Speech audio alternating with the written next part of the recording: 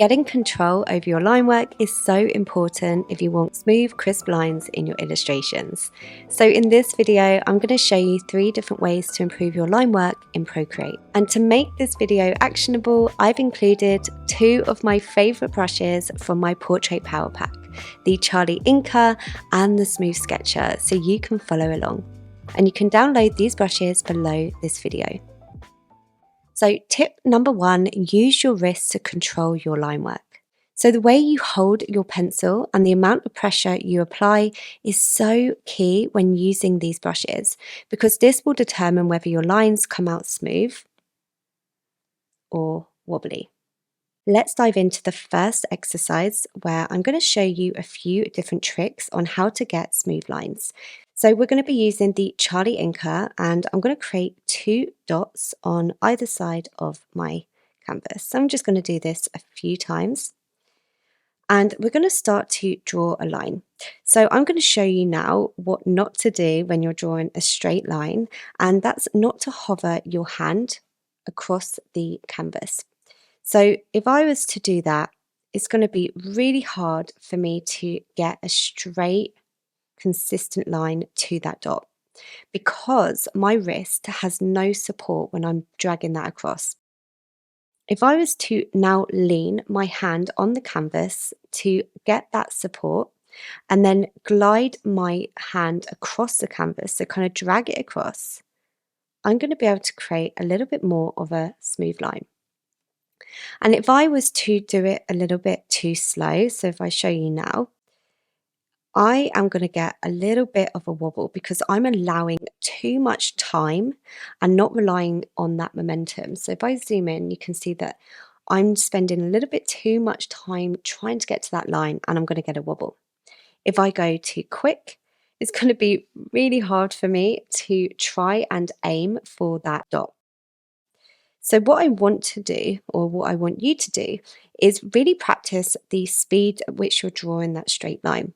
If you go too slow, you're going to get too much of a wobble, and if you go too fast, you're going to get too much of an inaccuracy.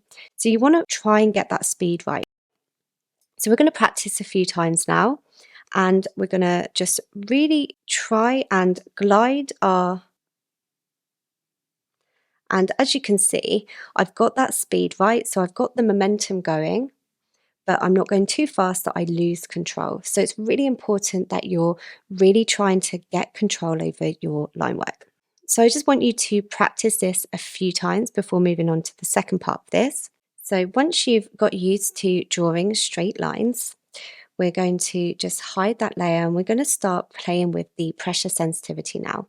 So this exercise, I want you to get in the habit of how much pressure you're applying, and then you're kind of taking off that pressure as well. So we're going to stick with the Charlie Inker for now, and we're just going to fill this top section of the canvas just with a kind of loop. So I'm going to start with a really heavy pressure going up, and then I'm going to tail off and go small. So heavy, light, heavy, light, heavy, light, heavy, light. And as you can see, that is varying the width of my line work. So I'm going thick when I go up, and then I'm slowly taking that pressure off to go thin. So we're going to do that again, and this is all about practice. And if it's easier, just say it out loud. So heavy, light, heavy, light, heavy, light. And we're going to do it the opposite way now. So we're going to go light, and then we're going to go thick. So light, heavy, light, heavy, light, heavy, light, heavy.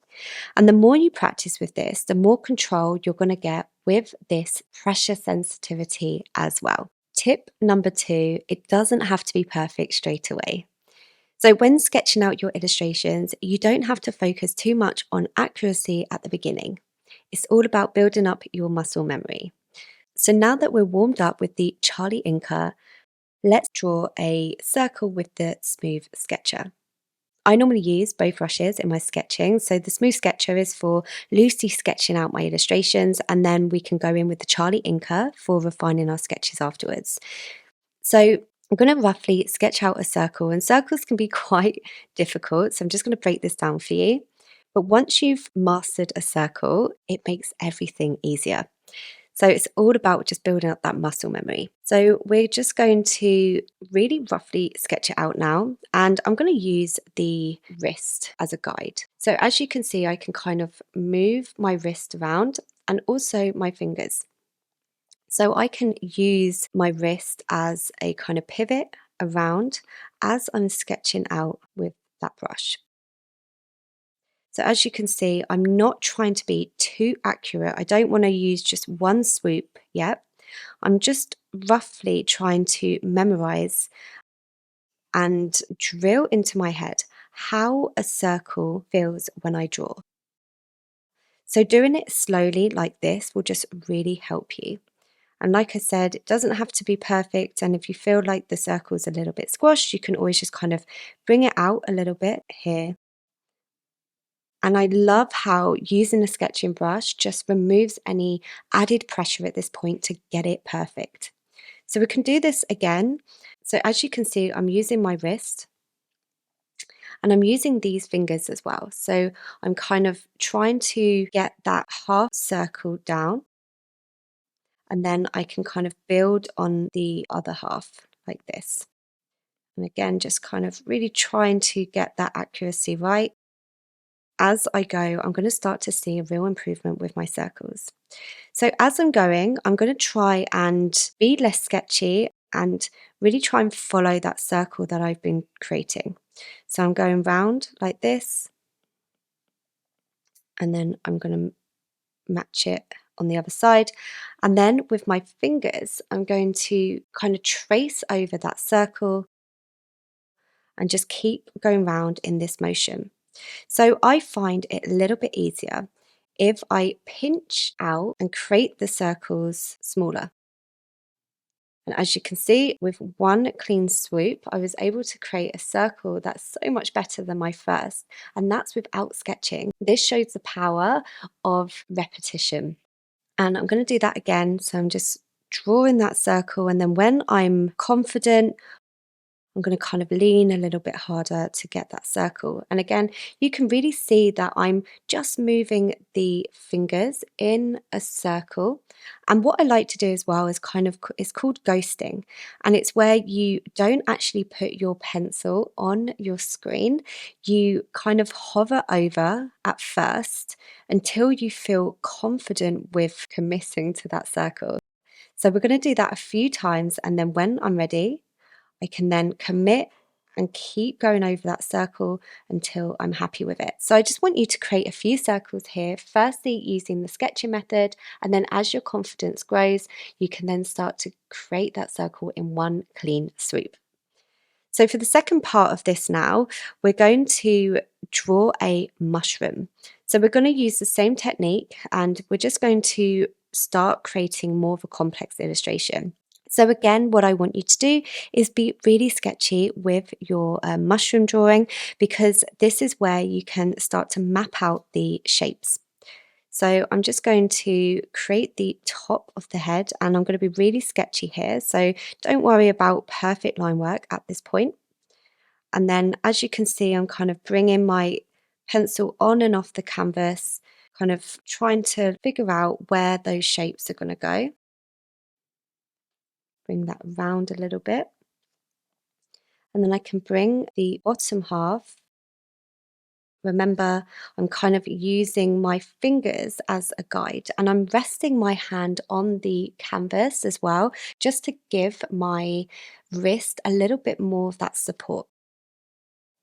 So I'm just bringing those round like this, a little bit how I sketched the circle. And then I'm going to create a few circles. So I'm going to use that technique. When I'm confident, I'm just going to start putting my pencil on that canvas and commit to those circles. And these are a little bit squashed. They don't need to be complete circles. And then I'm just going to add that stalk here. Again, I'm just going to be really sketchy, because what we're going to do is we're going to go over this sketch with the Charlie inker, and this is where we can kind of bring that neatness in. So bring that stalk up, and then I'll finish that off with some rough lines as well, where it goes underneath the mushroom. Okay, so once I've got my kind of rough pencil sketch done, I can then go over it with the Charlie inker. So this leads me to tip number 3, rotate your canvas for smoother lines. So rotating your canvas is a great way for you to make your line work look a lot smoother. So sometimes when we're drawing at certain angles, it can be really awkward to go against that natural movement of our wrist and shoulder. So this just leads to really awkward line work and it feels pretty uncomfortable. So what I normally do is just rotate my canvas depending on the angle and the smoothness of the line. So I'm going to pick the Charlie inker now, and I just want you to bring the opacity down on your sketch so we can kind of see that sketch, and we're going to create a really neat inky line over the top. So I'm now looking for the easiest ways to trace this mushroom that feels natural to me. So I'm just going to go with this kind of downwards line. So I'm kind of looking in sections. And remember, this is pressure sensitive, so I can kind of lean quite heavy and then tail off. And I'm just going to kind of leave it there. So what I could do is I could go up, but going up is kind of going against that natural flow of my line work. So I'm going to stop there and then going to start here and then bring that line work down like this. And this is just going to really help those fluid lines and just feel a lot more natural when I'm drawing. And again, I'm rotating my canvas to feel where those natural lines are going to go. So what I could do is just bring that round and then tail off here. And then I'm rotating again to finish that line round like this. So notice how I'm really trying to work with those lines. And then I'm going to do the same here. So I'm just going to bring that up. And if you feel like you're not able to get those crisp lines straight away, don't worry, just keep practicing with it. And then we're going to do it again here. So again, I could try and leave my canvas straight and do the lines like this, but this is just going to make my life a lot harder. So I'm just going to rotate, and then I can keep working with that rotation. And this is how I work with all of my illustrations. And it just makes it so much easier as I go. Okay, and the last part is the circles. So we're just going to do what we did with the first part of this exercise. And I'm just going to hover above and just really feel confident with that circle before I commit. And then I'm just going to trace over those circles. And then I'll just finish it off. And as you can see, I'm kind of varying my line work a little bit just to make my illustrations look a little bit more dynamic. And there you have it, 3 different ways you can practice your line work. If you want to follow along with these 2 brushes, you can download them for free below this video. I can't wait to see you level up your line work. Thanks for watching. Bye.